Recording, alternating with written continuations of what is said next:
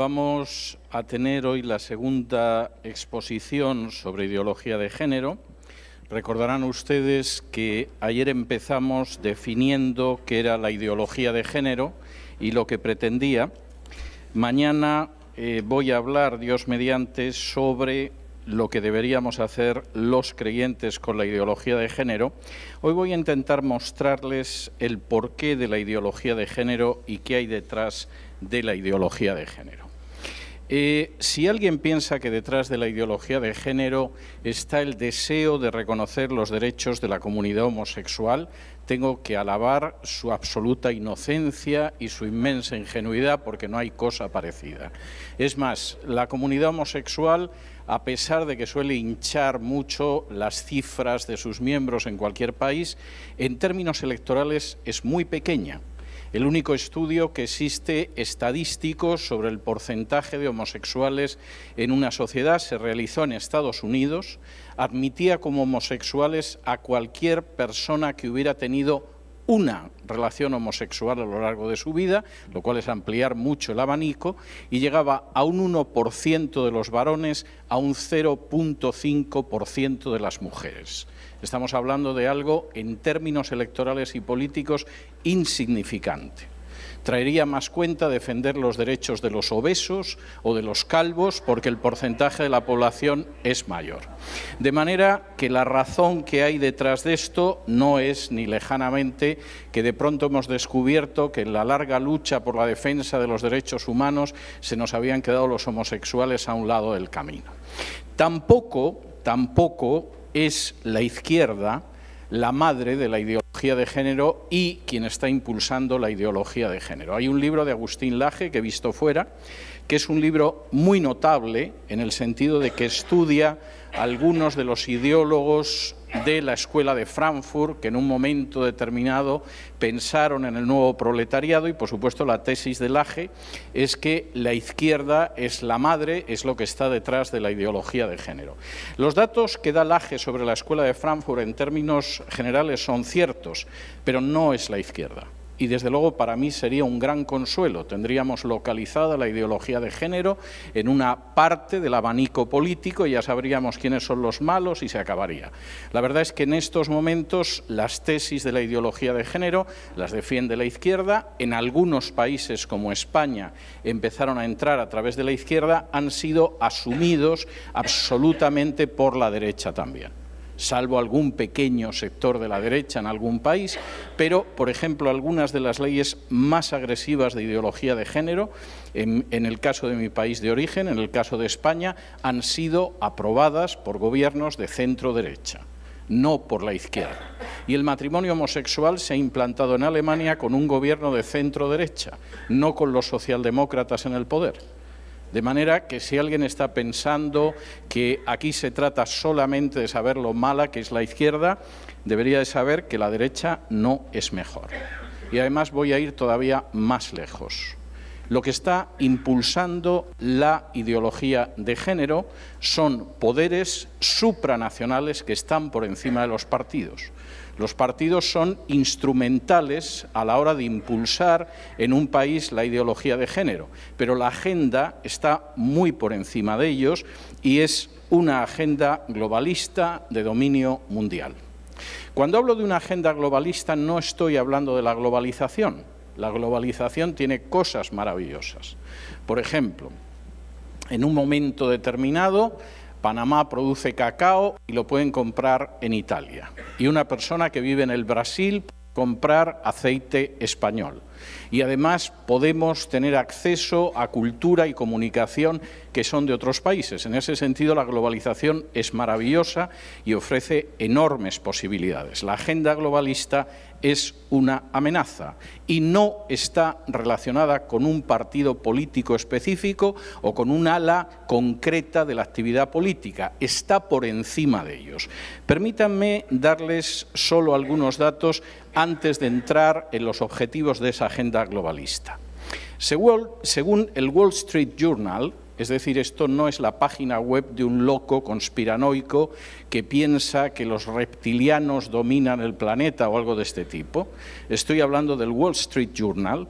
El 24 de octubre del 2017 daba como noticia que Soros había donado 18.000 millones de dólares para los objetivos de la Open Society. 18.000 millones de dólares. Ahora, Soros es un personaje muy peculiar. Es un judío nacido en Hungría, por supuesto con ciudadanía norteamericana en estos momentos, que cuando era un jovencito ayudó a los nazis a deportar a otros judíos a las cámaras de gas de Auschwitz. Esto no es una maledicencia porque Soros no nos es simpático. Pueden ir a YouTube y ver una entrevista en la que una entrevistadora, una periodista norteamericana, le pregunta a Soros: ¿es verdad que usted colaboró con los nazis para deportar judíos hacia las cámaras de gas? Y Soros, con una tranquilidad impresionante, le dice: sí. Y cuando la periodista se queda sorprendida, porque la periodista esperaba que dijera: no, eso es una calumnia, ya sabe, hay mucha envidia, mucha gente enemiga de la libertad, Soros le dice: si yo no lo hubiera hecho otro. Lo cual es un argumento magnífico. Se supone que el argumento es: si otro quiere hacer eso, que lo haga él, yo no. Pero el argumento de Soros es: por supuesto, y si no lo hubiera hecho yo, lo hubiera hecho otro. El poder de Soros, y estoy citando solo un caso, voy a mencionar varios en el curso de la exposición, para impulsar la ideología de género es verdaderamente extraordinario. Hace aproximadamente un año y pico dediqué un editorial de mi programa a la radio, La Voz, para dar el nombre de los eurodiputados que las entidades de Soros consideran reliable, es decir, confiables. Los eurodiputados que las organizaciones de Soros, yo reproducía exactamente el documento interno de una de las organizaciones de George Soros. Los diputados que Soros considera reliable, confiables, en el Parlamento Europeo son la tercera parte del Parlamento Europeo, más que cualquier partido dentro del Parlamento Europeo. Y, por supuesto, no sean ustedes tan ingenuos como para pensar que son diputados de izquierdas. En el caso de España, pero es igual en cualquier país de la Unión Europea, hay diputados reliable para Soros desde la extrema izquierda hasta la extrema derecha. En el caso de España estaban desde los chavistas de Podemos hasta el Partido Popular, que es un partido de derecha clásico, y pasaba por el Partido Socialista, el Partido Comunista, estaban hasta los nacionalistas catalanes y vascos de derechas y de izquierdas. Y todos ellos eran reliable. ¿Y cuáles eran las razones? Bueno, el documento de la organización de Soros, al que yo tuve acceso y del que hablé en ese programa, daba las razones por las que los diputados eran reliable. Fundamentalmente eran dos: que era gente que iba a apoyar la ideología de género y que era gente partidaria de abrir las puertas de par en par a la entrada de musulmanes en la Unión Europea. En la mayoría de los casos eran las dos cosas, además. Pero para Soros eran absolutamente reliable. Y no hace falta que les diga a ustedes que Soros no milita en ningún partido político. Se ha manifestado cercano al Partido Demócrata de Estados Unidos, pero esto es indiferente y, por supuesto, esa agenda es una agenda supranacional y, por supuesto, es una agenda que va desde la extrema izquierda hasta la extrema derecha, con algunas excepciones, pero esto indica hasta qué punto la agenda globalista va mucho más allá. Por supuesto, la agenda globalista es sostenida también por la masonería. Cualquiera que tenga la curiosidad de leer el libro blanco del civismo del Gran Oriente francés, se va a encontrar que entre las metas, aparte de las clásicas de libertad, igualdad y fraternidad, están las metas de imponer la ideología de género. Es curioso porque además algunas de las declaraciones y de las formulaciones del antiguo presidente español José Luis Rodríguez Zapatero estaban tomadas literalmente del libro blanco de la civilidad del Gran Oriente francés. Esto a lo mejor es casualidad, ya saben ustedes, la vida está llena de casualidades, pero deberían ustedes recordar también lo que decía el antiguo presidente norteamericano Franklin Delano Roosevelt. En política, la casualidad no existe y cuando existe ha sido cuidadosamente preparada. Y esto sigue siendo real incluso en el caso de la ideología de género.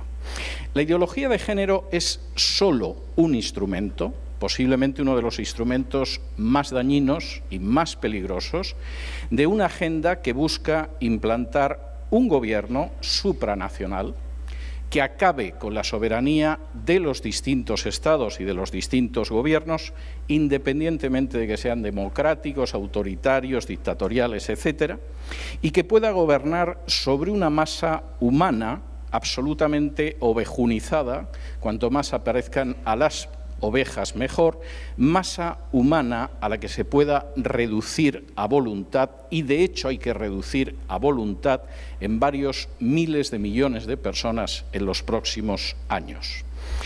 Estamos en medio de una lucha por el poder global.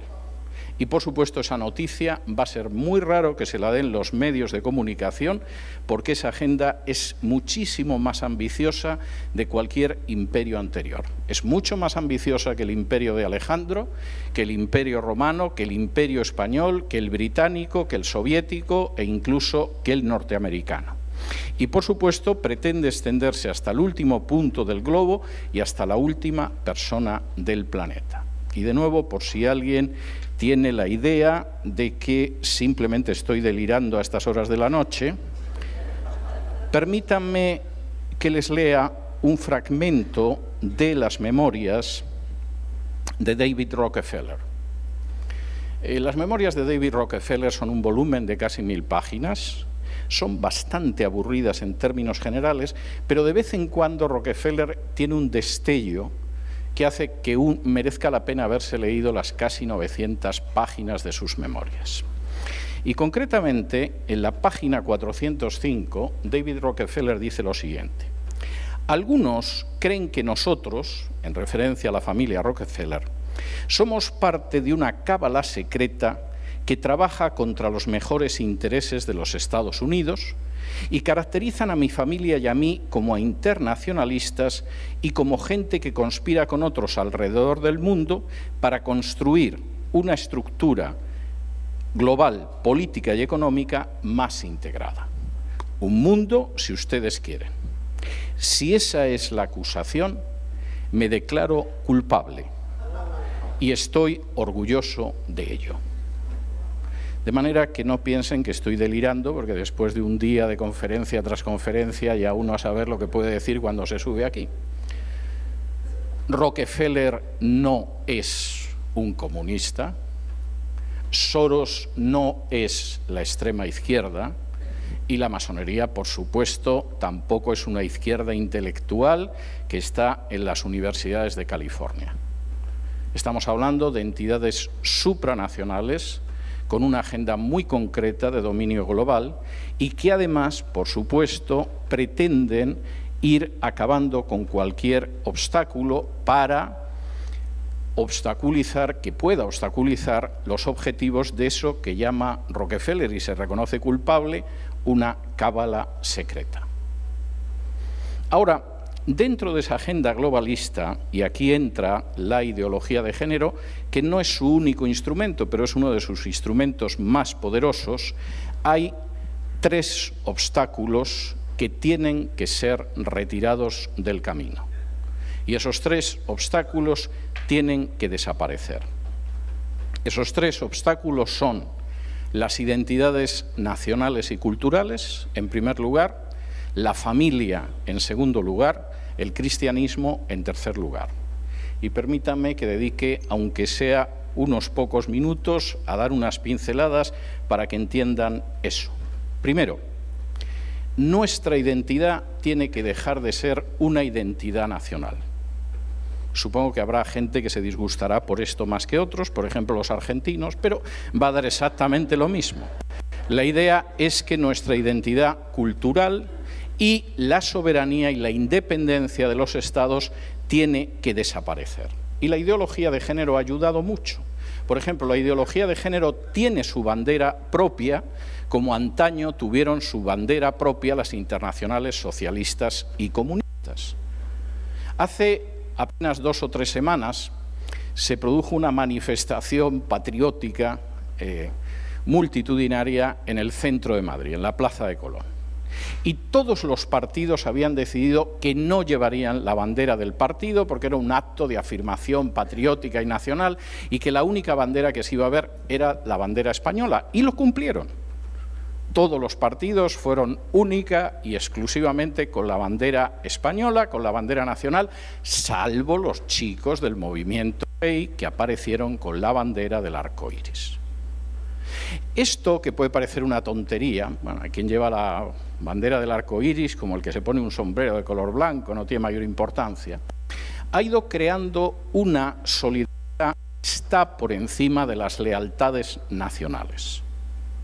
Y esto implica que una lesbiana de Ucrania se siente más cercana de una lesbiana del Paraguay que de otra ucraniana que no sea lesbiana. Y esto implica que un homosexual brasileño se siente más cercano de un homosexual de Noruega que de otro brasileño que sea heterosexual.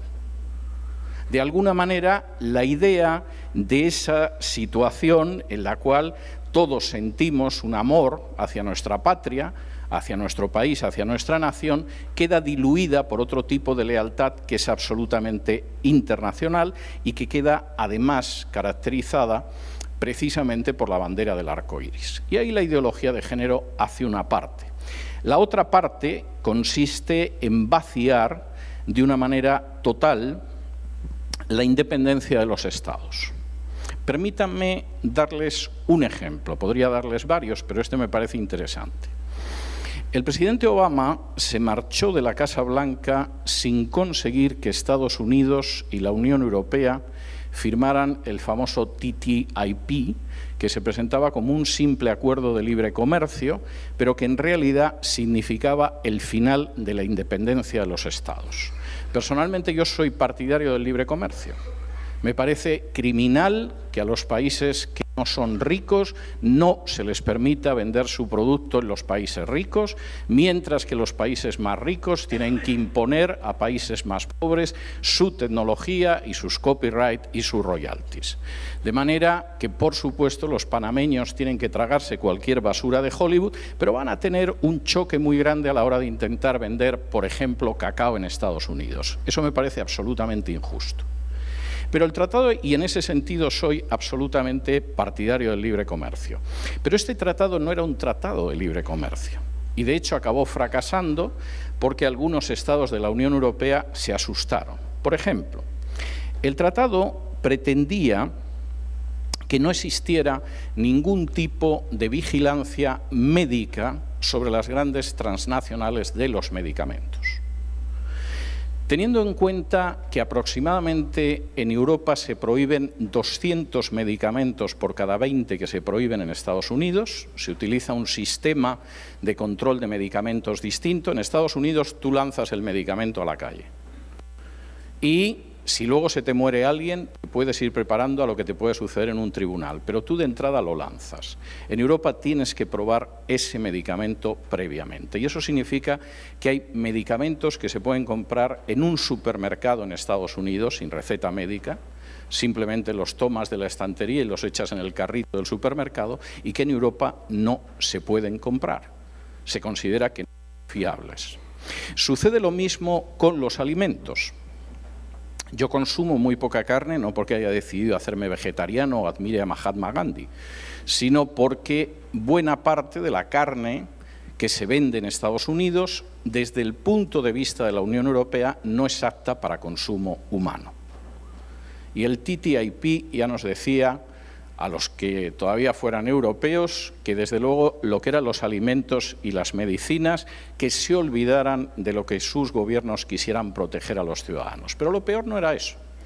Lo peor es que el TTIP establecía que si se producía una discusión entre una transnacional y un gobierno, por ejemplo el gobierno de Bélgica o el gobierno de Francia o el gobierno de Alemania tenía un problema con una transnacional, eso no se podía decidir en los tribunales, sino que tenía que decidirlo un comité de mediación que nombraba la transnacional, que es algo maravilloso. Si yo tengo un problema con Pedro Tarquis, no vamos a los tribunales. Yo nombro un comité de mediación y ya veremos a ver quién de los dos tiene razón. De manera que en ese sentido la idea de acabar con lo que es la soberanía de los Estados está enormemente avanzada. Yo no soy contrario a las organizaciones internacionales, creo que hay algunas que son útiles, creo en sus finalidades, etcétera, pero la agenda globalista va detrás de acabar con las identidades. No solo eso, va detrás de acabar con las poblaciones. En estos momentos, el planeta tiene aproximadamente, persona arriba, persona abajo, 7.300 millones de habitantes. Para el año 2030, los que lleguen serán 8.500 y para el año 2050 serán 9.700 millones de habitantes. Y la solución de la agenda globalista es matarlos. No sabemos si van a seguir utilizando la guerra, que es algo muy sanguinario y muy visible, sobre todo si perteneces a ciertos países. Si vives en el Congo y te quieren quitar el coltán, mueren más de 4 millones de personas y no aparece en un solo medio de comunicación, controlados como están también solamente por 8 multinacionales, pero de momento el aborto no es una conquista. No es un derecho de la mujer, aunque nos lo vendan. Es simplemente un instrumento de exterminio masivo. Permítanme darles algunos datos para que se den cuenta de la inmensa matanza en masa que significa las leyes del aborto. Desde el año en que se aprobó la sentencia famosa del Tribunal Supremo en Estados Unidos, de Roe versus Wade, que permitía la práctica del aborto, en Estados Unidos han sido exterminados 60 millones de niños, más de 10 veces todos los judíos que murieron durante el Holocausto. De esos 60 millones de niños, 18 millones han sido niños negros, el triple, más del triple de todos los judíos que murieron en el Holocausto. Y cada vez que veo a los de Black Lives Matter, es decir, las vidas negras importan, saliendo a la calle porque un policía disparó a un negro, y es posible que tengan razón al salir a la calle para eso, me pregunto qué tipo de Black Lives importan en Estados Unidos. Porque parece que solo importan cuando de pronto un policía disparó sobre un negro. Pero cuando las clínicas abortistas han asesinado a 18 millones de negros en Estados Unidos, nadie piensa que esas vidas negras importan. El aborto no es una cuestión en absoluto de poca importancia. Desde 1970, Planned Parenthood, basándose además en lo progresivo que es pensar que la mujer tiene derecho sobre su cuerpo y bla, bla, bla, ha perpetrado en Estados Unidos más de 7,5 millones de abortos. Eso es más de la población de muchos de los países de Hispanoamérica. Y desde 1980, este planeta en el que vivimos ha abortado a más de 1.400 millones de niños. Es la cifra de toda la población de China. Y, por supuesto, con 1.400 millones de niños menos, seguramente los que impulsan la agenda globalista se sienten felices, aunque si consiguieran que en vez de 1.400 fueran 3.000, porque finalmente Hispanoamérica se uniera al inmenso baño de sangre del aborto, se sentirían mucho más felices. Por cierto, tan solo en lo que va de año se han abortado más de 3 millones de niños. Son cifras verdaderamente espectaculares. Y, por cierto, tengo que decirles que las legislaciones cada vez son más laxas y tolerantes. En Estados Unidos, el Estado de Nueva York aprobó hace apenas unas semanas que hasta justo el momento en el que salga el cuerpo del niño del claustro materno se le pueda dar muerte. Y, por supuesto, la gran batalla es que toda Hispanoamérica se sume a la legislación abortista y consigamos reducir la población hasta un nivel que nos resulte aceptable a aquellos que queremos controlar el mundo. Hace apenas unos meses, de manera sorpresiva, se estrenó en Estados Unidos una película que se titula Gosnell, el mayor asesino en serie de la historia. El doctor Gosnell era un médico que practicaba abortos y en un momento determinado tuvo la mala suerte de que una de las pacientes a las que atendía se murió, empezó una investigación y descubrieron que el doctor Gosnell no respetaba las 24 semanas de máximo para practicar un aborto, sino que practicaba abortos en cualquier momento de la gestación. No solamente eso, empezaba a utilizar una serie de medidas abortistas que eran verdaderamente escalofriantes. Por ejemplo, a veces el niño salía vivo a pesar del aborto y entonces el doctor Gosnell, con una enorme tranquilidad, echaba mano de unas tijeras y le cortaba la columna vertebral justo por debajo de la base del cráneo. Y aquello ya se salía de las 24 semanas y con enorme dificultad 2 policías consiguieron convencer al fiscal de que no era una cuestión de que discutieran el derecho del aborto, sino que se habían producido homicidios de acuerdo con la ley del Estado y por lo tanto había que procesar al doctor Gosnell. Y el doctor Gosnell estaba tan orgulloso de lo que hacía que, por supuesto, fue a juicio convencido de que lo absolverían. En una de las secuencias más escalofriantes de la película, el fiscal lleva como perito, como especialista, a una doctora que practica abortos y que, por supuesto, le parece que lo que el doctor Gosnell hace es absolutamente intolerable. Pasarse de las 24 semanas en que todavía se puede practicar legalmente un aborto es intolerable. Y en un momento determinado, el abogado del doctor Gosnell le pregunta a la doctora, ¿tiene usted experiencia practicando abortos? Y la mujer le dice, sí, por supuesto. Le dice, ¿cómo cuántos abortos ha podido usted practicar a lo largo de su carrera? Y la doctora contesta, más de 30.000. Hubo gente a la que se ejecutó después de la Segunda Guerra Mundial por matar a muchísima menos gente. Y en un momento determinado el abogado le dice, ¿usted considera que es intolerable que un niño que ya ha salido vivo, porque intentaron abortarle, pero la criatura salió viva, en ese momento le corten con unas tijeras la columna vertebral en la base del cuello y lo maten? Y la doctora dice, sí, eso es inhumano. Le dice, doctora, ¿alguna vez un niño al que le practicó un aborto consiguió sobrevivir? Y la doctora dice, sí, en varias ocasiones. Y el abogado le pregunta, ¿y qué hizo usted entonces? Dice, bueno, lo colocamos encima de una mantita para que estuviera cómodo y muriera. Y el abogado le dice, ¿y realmente usted cree que es más humano dejar que un niño que ha nacido vivo muera en una mantita que el hecho de matarle en ese mismo momento, cortándole la columna vertebral con unas tijeras?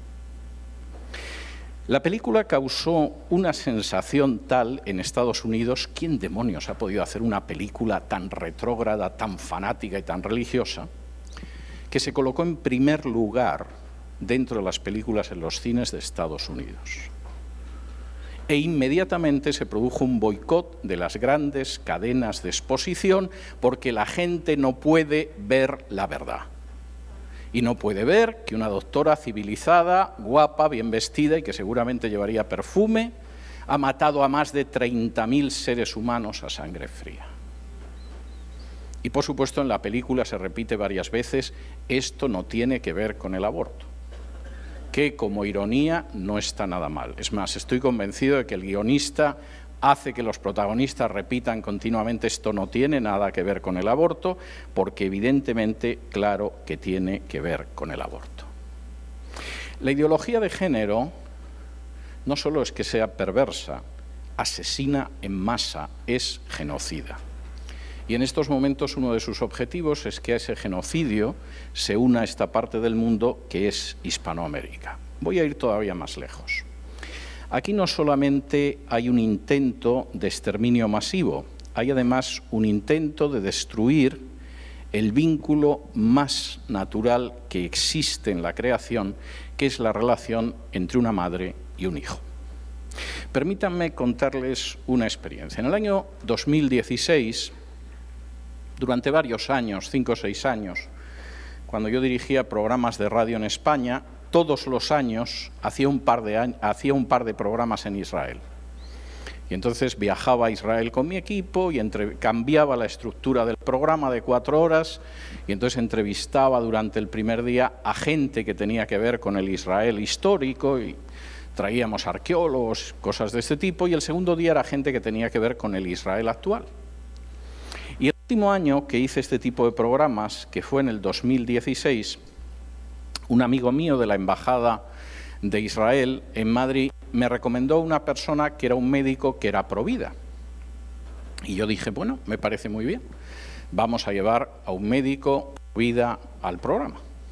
El médico llegó y era un judío ortodoxo que, por supuesto, no dio la mano a ninguna de las mujeres de mi equipo, no sea que tuviera la menstruación y le comunicara la impureza ritual. Y en fin, las chicas de mi equipo no estaban muy contentas ya de entrada con el médico. Peor fue para mí, porque nada más sentarle y presentarle y decir que era un médico y que estaba en un hospital, le digo, doctor, tengo entendido que usted es provida. Y me dice, no, yo soy pro-choice. Es maravilloso cuando de pronto en radio tienes que llenar 15 o 20 minutos de tiempo y te falla el invitado, o el invitado te dice todo lo contrario de lo que se supone que te tiene que decir. En esos momentos dudas entre empezar a contar chistes para cubrir el tiempo y no sabes si cortarte las venas o dejártelas largas, pero verdaderamente es muy desagradable.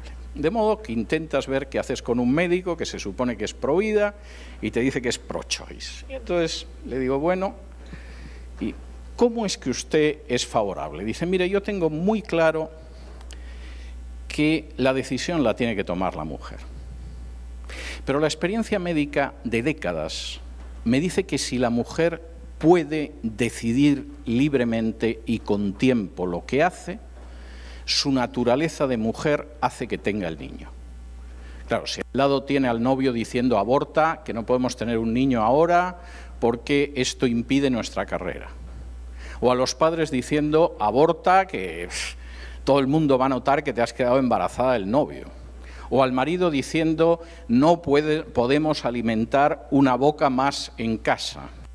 O a la amiga feminista diciendo tú tienes derecho sobre tu cuerpo y quítate eso que ni siquiera es un ser humano. Sí, es posible que la mujer aborte. Pero mi experiencia es que si uno deja a la mujer a solas con lo que lleva en su vientre y esa mujer puede decidir en libertad y pensar tranquilamente, deciden tener el niño.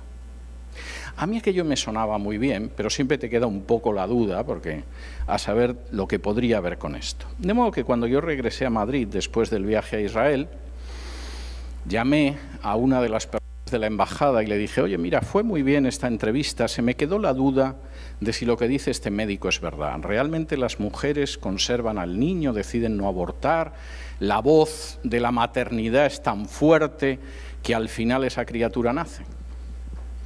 Y entonces este hombre sonrió y me dijo, verás, hace unos años las mujeres que habían decidido tener a los hijos y no abortar, porque su médico había sido este doctor, decidieron hacerle un homenaje e ir con el niño que no habían abortado y celebrar que finalmente no habían abortado y habían tenido a la criatura. No, fueron muchas. Llenamos un estadio y estaban apretadas. Posiblemente aquel hombre había salvado tantas vidas como la mujer que aparecía en la película de Gosnell había destruido. Y la diferencia era simplemente que aquel hombre pensaba que la naturaleza humana es la que es. Y la naturaleza humana no quiere destruir la vida que lleva en su seno. Quiere que esa vida llegue hasta el final y nazca. Y si damos la oportunidad para que sea así, por supuesto va a ser así. El problema es que la ideología de género está enormemente interesada en el hecho de que no pueda ser así. No solamente es asesina en el terreno del aborto. Por ejemplo, en Europa cada vez se están aprobando más leyes de eutanasia. Y es fácil manipular a la población con la idea de ¿para qué se va a morir usted sufriendo? O sea, le vamos a ayudar a que se vaya tranquila y dulcemente de este mundo. Bueno, esto duró muchos años, pero hace aproximadamente una década descubrimos un médico que tenía un equipo en un hospital de Madrid que mataba a la gente según un sistema de puntos. La gente entraba en el hospital, si tenía más de 70 años eran X puntos, si tenía una enfermedad crónica eran otros X puntos, iba sumando puntos y si pasaba de cierto número de puntos, lo sedaba y lo mataba. Y lo estuvo haciendo durante años.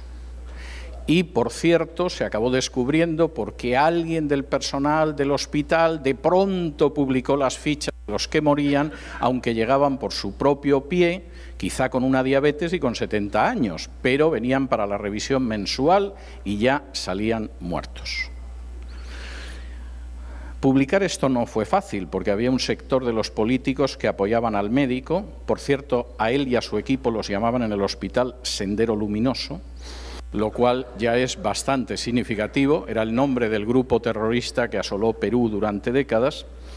Y el médico inició un procedimiento legal contra mí. Tuve mi vivienda embargada durante 5 años. Gracias a Dios no necesité venderla para nada, ni cosa por el estilo, porque hubiera sido algo terrible. Pero el apartamento en el que yo vivía en Madrid estuvo embargado durante 5 años por el juzgado, hasta que la Administración de Justicia española me dio la razón 2 veces seguida, y no voy a decir lo que dijo el médico en público porque no se puede reproducir y además aquí hay muchas damas. Pero en cualquiera de los casos, la legislación de la eutanasia es algo creciente.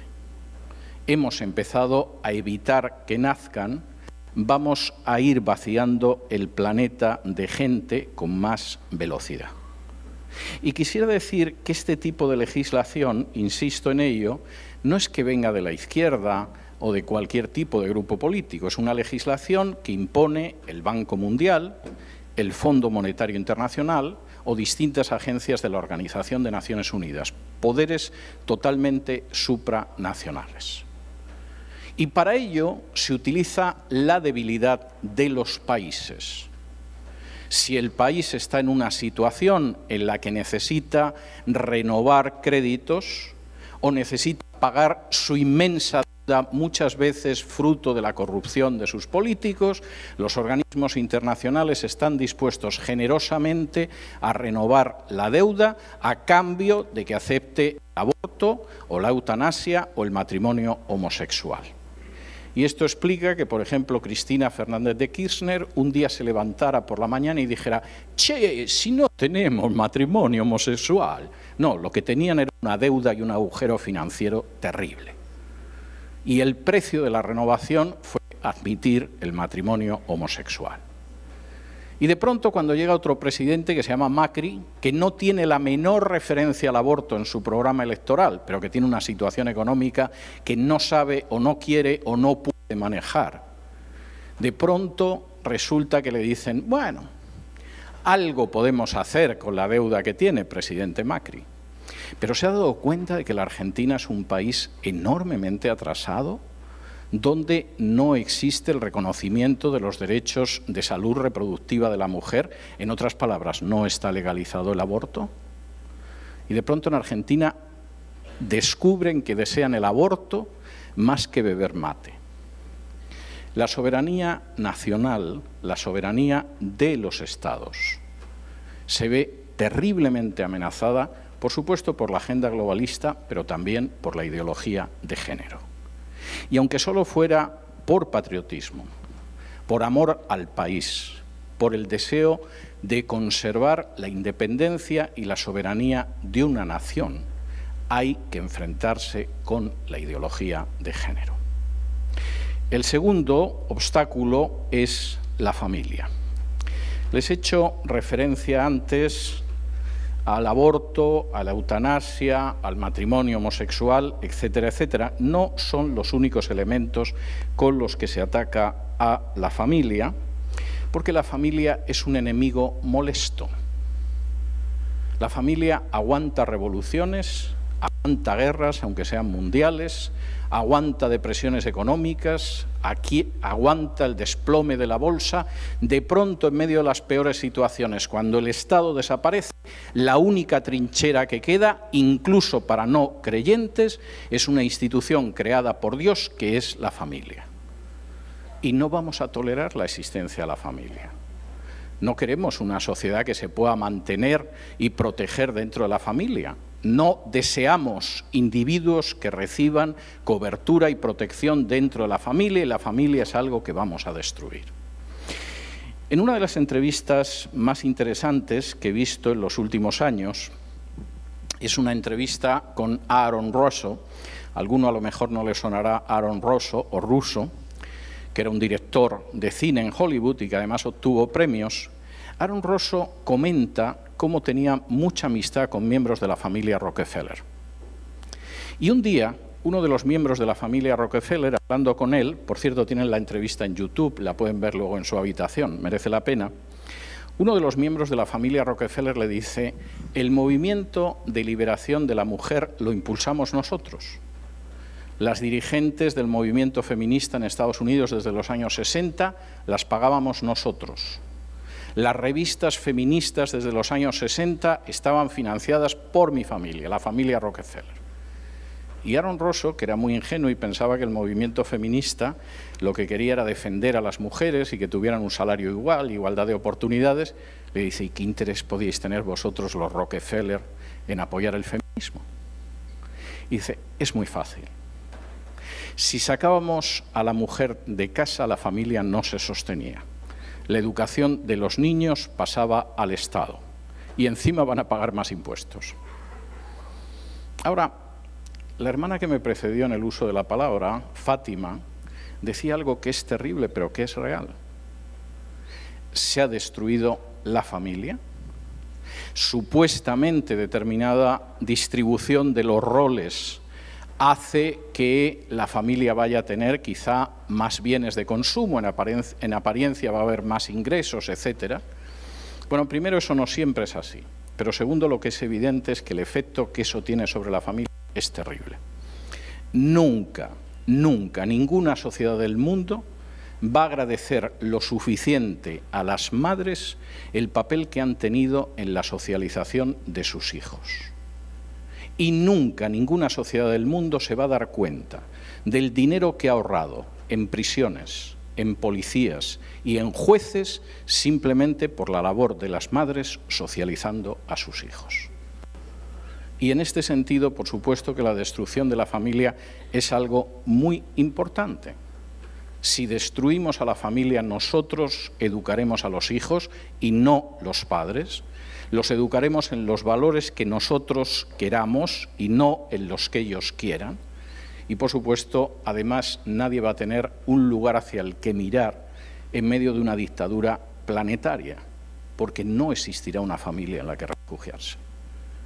De modo que la ideología de género tiene un papel instrumental importante.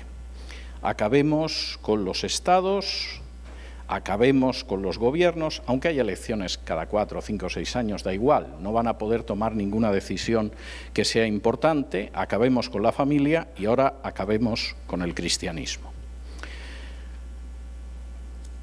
Voy a comentar algo que me parece enormemente importante al hablar de cómo esa agenda globalista, y aquí la ideología de género tiene un papel enorme, busca acabar con el cristianismo. Yo no tengo la menor duda, creo que es uno de los versículos sobre los que más he predicado posiblemente en los últimos 20 años, ese versículo de la segunda carta de Timoteo que afirma que todos aquellos que vivan piadosamente en Cristo Jesús padecerán persecución. Pero al mismo tiempo creo que no todos los que padecen persecución es porque han vivido piadosamente en Cristo Jesús. Y deberíamos ser enormemente prudentes y sabios a la hora de ver esto. La Biblia habla en muchísimas ocasiones de la persecución. Yo sé que a aquella gente que le encanta decir que te conviertes y el mundo va a ser un camino de rosas, pues hombre, este tipo de versículos y de enseñanzas de la Biblia los elude. La Biblia dice que si quieres seguir a Jesús tienes que negarte a ti mismo, tomar tu cruz y seguirle. Bueno, cambiemos la cruz por un Maserati, un Ferrari o un Mercedes y seguramente hay gente que estaría de acuerdo. Pero la Biblia habla de persecución y hay libros escritos en el contexto de la persecución.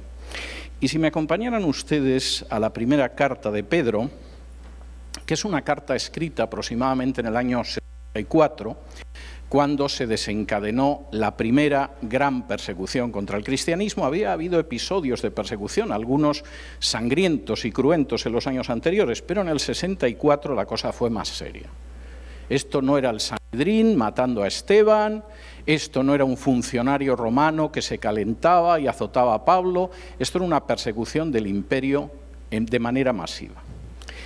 Y en la primera carta de Pedro, capítulo 4, y versículos del 14 en adelante, dice así: si sois vituperados por el nombre de Cristo, sois bienaventurados, porque el glorioso Espíritu de Dios reposa sobre vosotros. Ciertamente de parte de ellos Él es blasfemado, pero por vosotros es glorificado.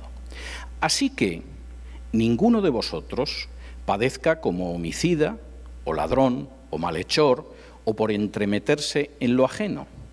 Pero si alguno padece como cristiano, no se avergüence, sino glorifique a Dios por ello. Porque es tiempo de que el juicio comience por la casa de Dios. Y si primero comienza por nosotros, ¿cuál será el fin de aquellos que no obedecen al Evangelio de Dios? Años 64-65 después de Cristo, primera gran persecución, es el imperio enfrente. Y Pedro dice, bueno, vamos a ver, seamos sabios y seamos equilibrados. Puede que nos insulten y nos persigan, pero que sea por el nombre de Cristo. Si alguno es un cristiano y es un homicida, un ladrón, un malhechor, se mete en lo ajeno y padece, está padeciendo con bastante justicia. Y por cierto, recordad que el juicio siempre empieza por la casa de Dios antes de extenderse a otros lugares. En el año 1949, el Partido Comunista llegó al poder en China. Y como eran bastante inteligentes y no querían provocar una reacción contraria internacional, durante prácticamente 2 años no tocaron las iglesias.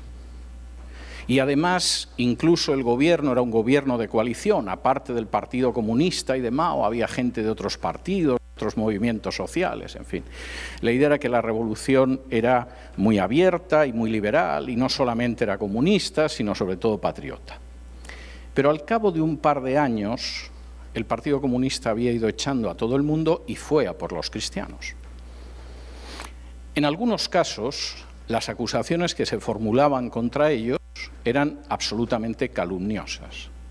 Era gente supuestamente antipatriota, gente que pertenecía a las oligarquías chinas, etcétera, etcétera. Eso era falso. Pero hubo casos en que incluso pastores muy conocidos, efectivamente se descubrió que eran deshonestos con el dinero, que no habían tenido la menor honestidad con mujeres de su congregación. Y, por supuesto, el Partido Comunista Chino lo pudo utilizar para justificar la persecución, porque lo que estaba haciendo era librando a China de indeseables. El juicio comienza por la casa de Dios y deberíamos ser muy prudentes cuando de pronto se producen situaciones en las que efectivamente aparecen casos de pecado y cerramos filas para defender lo que no deberíamos defender. Lo que contaba la hermana Fátima en la exposición anterior es un ejemplo muy claro de lo que yo quiero decir. Si de pronto un pastor es acusado, por ejemplo, de que ha cometido abusos sexuales o de otro tipo con otras personas, nuestro interés no es cerrar filas, es aclarar la verdad. Y si en un momento determinado efectivamente esa persona ha incurrido en esa situación o en otras, la muestra de amor no es decir, no te preocupes, puede ser un delincuente y un canalla, pero nosotros te protegemos. No, esa es la conducta de la mafia. Y esa es la conducta de la Iglesia Católica con los criminales sexuales. No puede ser la conducta del pueblo de Dios. Y la muestra verdadera de amor, en un caso así, es ir a esa persona y decirle, mira, estás en esta situación. Y lo único que puedes hacer es arrepentirte y reparar lo que has hecho. Y no solo por tu bien espiritual, sino por el testimonio del pueblo de Dios y sobre todo por la gloria del Señor. Y esa es la postura de amor y esa es la conducta correcta. De manera que sí, hay una persecución terrible y seguramente se va a agudizar, pero seamos sabios a la hora de enfrentar estas situaciones. Una persona que ha abusado de un niño, una persona que está involucrada en tratos deshonestos, una persona que escoge las directoras del coro porque después se las lleva a la cama, una persona que tiene relación con cárteles de la droga, no es una persona detrás de la que vamos a cerrar filas. Vamos a esclarecer la verdad de los hechos y si efectivamente ese pecado es real, vamos a tener que decirle, hermano, tienes que arrepentirte y ver cómo reparas el mal que has causado. Y en primer lugar, por ti. Y después por el testimonio del pueblo de Dios. Y después por la gloria de Cristo. Ahora, dicho esto, tengo que decirles a ustedes que en estos momentos, y esto no es casualidad, hay 215 millones de cristianos como mínimo en todo el mundo que padecen persecución. Y entiendan ustedes por persecución no que les ponen problemas para abrir una iglesia, no que quizá les impiden acceder a ciertos trabajos, eso es una forma de persecución, pero pequeña, sino que viven en países donde el hecho de ser cristiano implica un peligro de muerte o de prisión, y un peligro real. 215 millones. ¿Quién habla de esos 215 millones? Cuando de pronto, en un momento determinado, se produce un episodio, una erupción de intolerancia en Alemania y golpean a un musulmán, vemos al musulmán hasta en la sopa. Si profanan un cementerio judío en Francia, lo vamos a ver a todas las horas del día. No tengo nada en contra de que los musulmanes protesten porque hay un musulmán al que han golpeado o han injuriado porque es musulmán. No tengo absolutamente nada en contra de que los judíos hablen en contra de los actos de antisemitismo. Me parece muy bien. Pero yo pregunto, ¿quién habla por 215 millones de cristianos que están siendo perseguidos? ¿Quién? Y eso indica hasta qué punto los medios de comunicación efectivamente están controlados por quienes están controlados. La ideología de género no solamente es que va a permitir la persecución, es que la va a disparar. Y los cristianos o se alían al final con la ideología de género, y algunos lo han hecho, o se supone que se van a asustar tanto que mejor se van a quedar en el agujero eclesial en el que están y no van a crear problemas. Y aniquilada la soberanía nacional de los distintos países, y aniquilada la familia, y aniquiladas las iglesias, pues todo será un maravilloso rebaño humano, controlado, como diría Rockefeller, por una cábala secreta que está por encima de los gobiernos.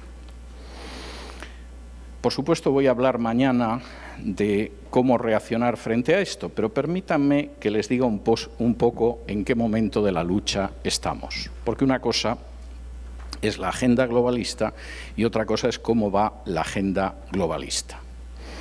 Y como me quedan 5 minutos, voy a intentar aprovecharlos, algo más de 5 minutos.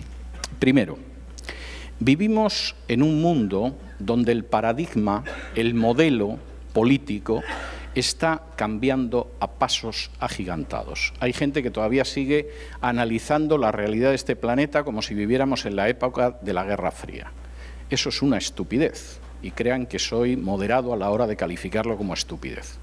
Eso es como si ahora mismo pretendiéramos entender el mundo en el que vivimos como si todavía fuera dictador en Italia Benito Mussolini y en Alemania hubiera un señor que se llamaba Adolf Hitler. La Guerra Fría acabó hace 30 años, el mundo en el que vivimos es un mundo muy distinto y además hay un cambio de paradigma. Y el cambio de paradigma significa que millones de personas en todo el mundo están muy cansadas del sistema en el que viven, están empezando a dejar de creer en él y, por supuesto, se preguntan lo que pueden llegar a hacer de una manera distinta. Y eso está creando problemas a la ideología de género. Y permítanme explicarles por qué. Por ejemplo, en el caso de Europa, aquellos partidos que han aprovechado el cansancio de la gente hacia la izquierda y hacia la derecha están defendiendo a la familia y en contra de la ideología de género. No es porque sean cristianos, hay gente que es cristiana y pertenece a estos partidos, pero sí son partidos patriotas. Y su patriotismo puede ser más o menos aceptable, pero tienen claro que tienen que defender a la familia porque la familia es la esencia de la sociedad y es la célula de la sociedad. Y esto está haciendo en estos momentos que el avance de la ideología de género en algunos países europeos como Hungría, cuyo presidente, por cierto, es evangélico, esté paralizado. Por cierto, le suelen acusar de extrema derecha, pero no es cierto, la extrema derecha está en la oposición. En Hungría hay un pequeño partido socialista que viene del Partido Comunista, luego hay una extrema derecha que está en la oposición y luego está con una mayoría aplastante un partido de centro derecha que es el partido de Víctor Orbán, del que por supuesto los medios siempre hablan mal, porque aparte de evangélico abomina totalmente la manera en que quieren acabar con la soberanía nacional de su país y la ideología de género. De manera que en ese sentido, en Europa, que se supone que tendría que ser campo conquistado hace mucho tiempo, les han surgido algunos tumores últimamente y la situación no es tan fácil como esperaban. Sucede lo mismo con Rusia. Yo sé que los medios de comunicación no pierden ocasión, con razón o sin ella, de hablar mal de Rusia y lo entiendo porque el presidente ruso es un enemigo declarado de la ideología de género. Si alguno de ustedes tuvo oportunidad de ver, es de lo mejor que yo he visto en televisión en el último año, una serie de entrevistas que el director de cine norteamericano Oliver Stone hizo a Vladimir Putin. En una de ellas le pregunta por la ideología de género y le dice: oiga, ¿y ustedes por qué no tienen plena igualdad de homosexuales en Rusia? Y Putin le dice: no, eso no es cierto. Cualquier persona mayor de edad que quiera ser homosexual es libre de hacerlo en Rusia. No está castigado por la ley, no le van a perseguir, hay deportistas y artistas y cineastas que son homosexuales y nadie se mete con ellos. Pero nosotros creemos que la familia es la base de esta sociedad y no vamos a permitir la predicación del evangelio de la homosexualidad en las escuelas. Y eso está prohibido en Rusia. Cuando tengan 18 años, si de pronto una niña decide irse con otra muchacha o un jovencito con otro jovencito, es una cuestión suya. Pero nadie va a adoctrinar en la homosexualidad a los niños en las escuelas de Rusia. Como esta cuestión era una cuestión delicada, decidieron hacer que Putin quedara mal y hace unos años un grupo de lesbianas que se emplea bastante en este tipo de cometidos a nivel internacional y que se conocen como wet pussies. Para los que saben inglés ya saben la grosería del nombre y para los que no saben inglés no lo voy a traducir, pues decidieron en una acción provocadora a Moscú. Llegaron a Moscú, se desnudaron, entraron en una iglesia en medio del culto, empezaron a gritar blasfemias y obscenidades y la gente de la iglesia inmediatamente llevó a la policía, que se llevó a las wet pussies a una prisión para ver qué hacían con ellas. E inmediatamente se desencadenó la campaña. Rusia es un país homófobo, no permite la libertad, ¿cómo pueden perseguir a unas luchadoras de la libertad como las wet pussies?, etcétera, etcétera, etcétera. Al final, en Rusia decidieron que las deportaban y no les iban a aplicar la ley por profanar un culto, de modo que las subieron en un avión y las enviaron a Estados Unidos. Y en la escalerilla del avión las estaba esperando Hillary Clinton, porque eran unas luchadoras de la libertad. Rusia, al menos mientras gobierne Putin, va a ser un obstáculo para la ideología de género. ¿Y qué pasa con China?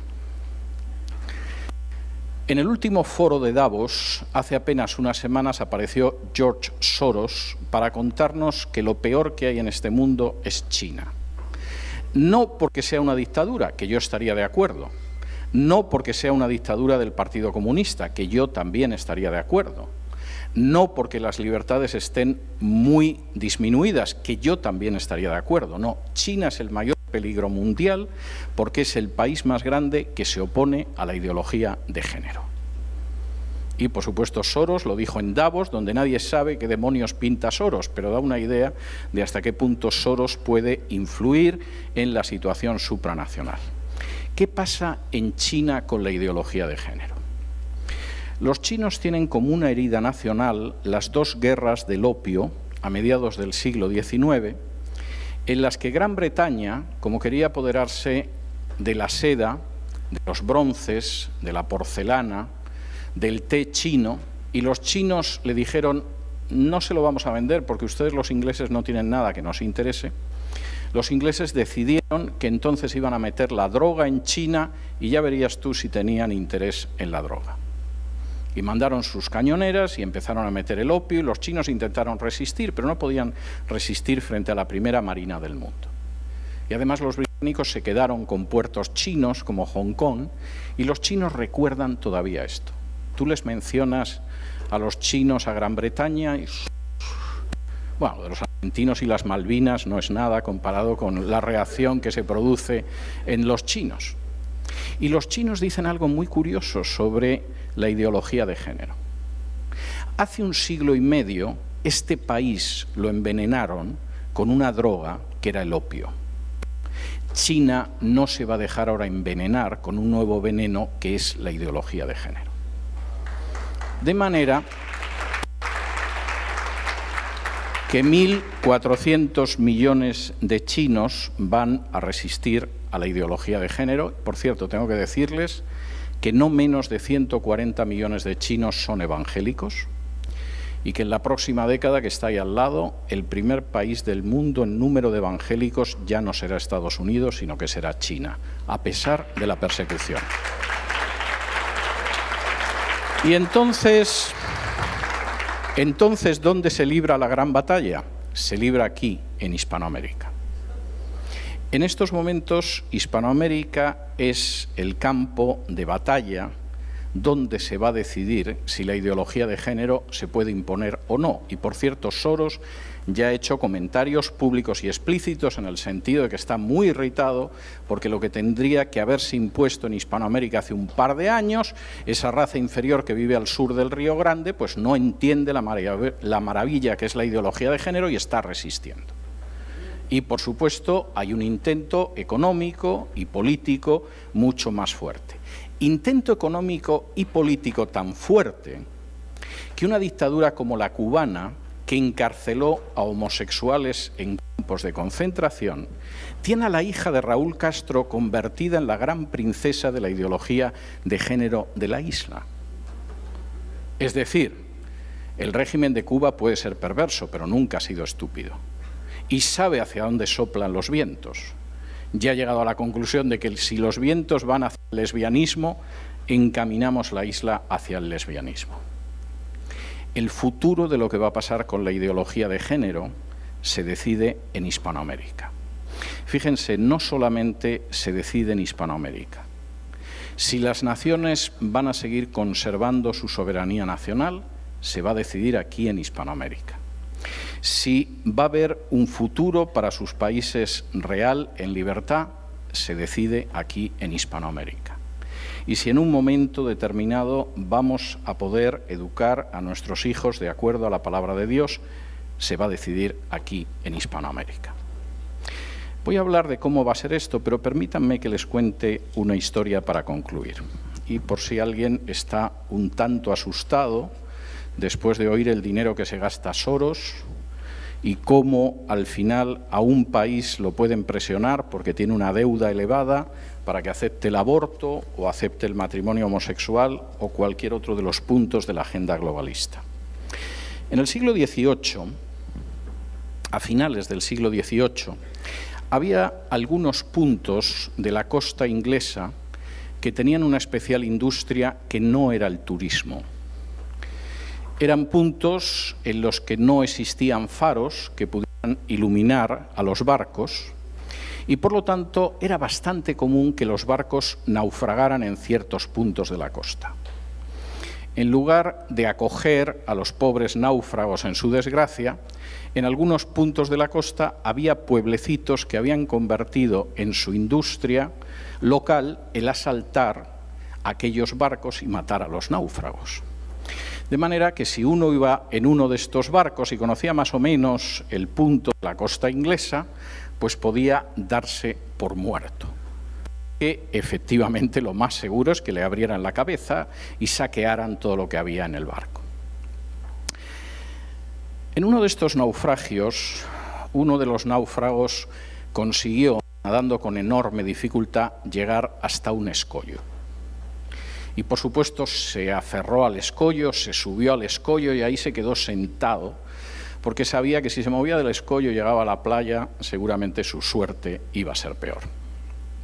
En un momento determinado, al día siguiente, cuando ya había pasado el temporal, la marina del rey de Inglaterra empezó a buscar a los náufragos y encontró al pobre náufrago que estaba situado en aquel escollo, aguantando empapado de agua.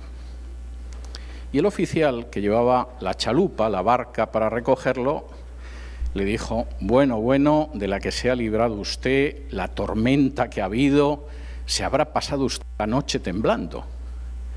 Y el hombre le dijo: sí, yo no paré de temblar, pero la roca en la que estaba aferrado no tembló ni un solo instante. Nosotros podemos temblar en algunos momentos, pero la roca en la que nosotros nos aferramos no temblará jamás.